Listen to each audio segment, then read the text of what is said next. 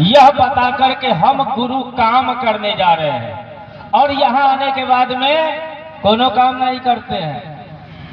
कहते हैं कि शिव को गुरु मानने के बाद व्यक्ति का दिशा और दशा दोनों बदल जाता है, लेकिन कुछ भाई बहन ऐसे हैं जिनका दोनों खराब हो जाता है। कारण है, आते हैं गुरु चर्चा में और चले जाते हैं बाजी में बैठ के कुटुंबैती बतियाने के लिए। ऐसा नहीं होना चाहिए।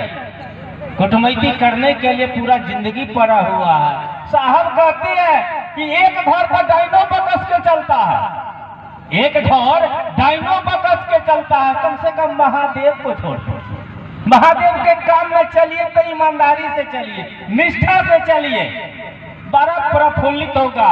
जब ईमानदारी से जाएंगे कि हाँ हम गुरु काम करने जा रहे हैं, अपना काम करने जा रहे हैं, यह सोच जब बनेगी ना, तब दिशा और दशा दोनों बदल जाएंगे। साहब कहते हैं कि ईमानदारी से जो शिव गुरु का काम करेगा उसको लौकिक जीवन में जो खर्चा पानी होता है, बेसिक नीड्स कहते हैं, यानी मूलभूत जरूरतें की कमी नहीं होगी, लेकिन फुटाने की गारंटी हम नहीं देते। साहब हरिद्वार जी इसकी गारंटी दिए हैं कि मूलभूत आवश्यकता जो होता है मनुष्य को, उसकी कमी नहीं होगी जो ईमानदारी से शिव गुरु का काम करेंगे।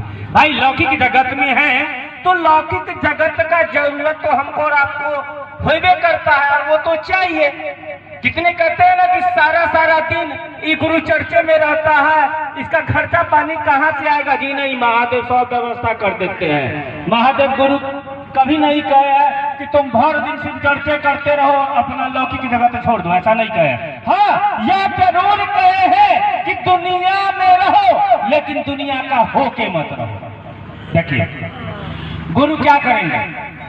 गुरु सबको चाहिए, और जो अभी तक गुरु नहीं किए हैं, अभी तक जिन्होंने गुरु नहीं किया अपने जीवन में, वो क्या है मालूम है? अशुद्ध है, अशुद्ध। और गुरु के शरण में जाने के बाद वह शुद्ध हो जाता है।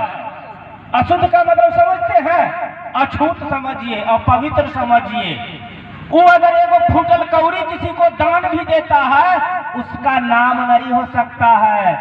वो कहेगा ना कि हमने दान किया, उसका नाम नहीं होगा, क्योंकि उसने गुरु नहीं किया है। और बिना गुरु किए कोनो तप जप पूजा पाठ कोनो सफल नहीं होता। अब देखिए गुरु क्या करते हैं?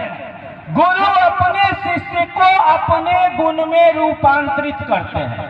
अरे जैसा गुरु होगा वैसा ही ना चेला होगा। चोर को गुरु मान लीजिए, आपको चोरी सिखा देगा। चोरी क्या, वो तो अपनों से बढ़कर चोर बना देगा, डकैतों बना देगा। पहलवान को गुरु मानिए, पहलवानी सिखा देगा। दर्जी को गुरु मानिए, सिलाई करना सिखा देगा। शिव को गुरु मानिएगा तो क्या बताएंगे, क्या सिखाएंगे, क्या बनाएंगे? अरे जैसा गुरु वैसा चला। शिव को गुरु मानिएगा तो हमको आपको शिव बना देंगे। और शिव का मतलब ही नहीं कि आप भोला बाबा बन गए, सब आप ही को जलाभिषेक करेगा। नहीं, शिव का अर्थ होता है कल्याण करने वाला। शिव तालव्य सौ हर्षिकार वह शिव। अगर उस हर्षिकार को हटा दीजिए तो हो जाता है सब। अब यह हर्षिकार क्या है? ये हर्षिकार है शिव की शक्तियां, और शिव की शक्तियां ही गुरु कार्य करती है।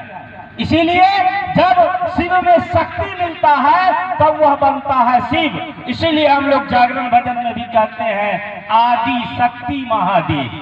अलग से भवानी, अलग से मैया को प्रणाम करने की भी जरूरत नहीं है। लोग को देखते हैं, आते हैं मंच पे, कुल देवता को प्रणाम, ग्राम देवता को प्रणाम, डिहवार बाबा को प्रणाम, यानी उनको समय मिला है 5 मिनट, समय मिला है 5 मिनट, 4 मिनट ऊपर नामे पाती में भगा देते हैं। चर्चा कब करेंगे? तो इन सब चीजों से हमको सीख लेना चाहिए कि वह जगत गुरु महेश्वर शिव आदि शक्ति है। आधा शंकर जी है, आधा पार्वती है, दोनों एक के हैं, एक दूसरे से वह अलग नहीं है। शिव से शक्ति अलग नहीं है, शक्ति से शिव अलग नहीं है, दोनों एक ही है। इसीलिए अगर महादेव को प्रणाम कर लिया तो सबको प्रणाम हो गया। वैसे भी कहा गया है कि गुरु पूजन सब देव ही पूजा। देखिए गुरु क्या करते हैं? हम लोग बाबा धाम जाते हैं तो देखते हैं कि अगर लघु शंका लगी तो शुद्ध होना होता है, शुद्धिकरण वहां पे जल हम लोग के साथ में होता है, छोटा सा डब्बा, शुद्ध होना होता है। अगर नित्य क्रिया करना होता है तो आपको स्नान करना होगा।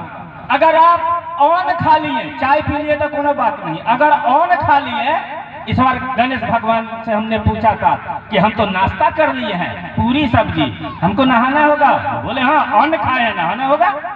देखिए, भगवान शिव से जब आप जुड़ने जाते हैं तो सारी नित्य क्रिया जो भी होगा, नियम निष्ठा आपको हमको खुद करना है।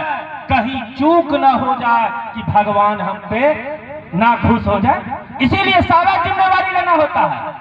लेकिन वही गुरु के पास जाइए ना तो सारा जिम्मेवारी गुरु के पास हो जाता। कैसे? उदाहरण से साहब समझाते हैं कि एगो बंदर का बच्चा अपनी माँ को खूब कस के पकड़े हुआ है। अब बंदर जो है तो छलांग लगा रहा है, ई दीवार से वो दीवार, ई डाली से वो डाली। अगर वो छलांग लगाने में बच्चा अगर गिर जाता है देह से छूट के, तो किसका गलती होगा? किसका होगा? बच्चा का। सही बोले, बच्चा का गलती। अब बिल्ली के बच्चे को देखिए, बिल्ली अपने बच्चे को मुंह से पकड़ती है ना, और भी दौड़ लगाती है।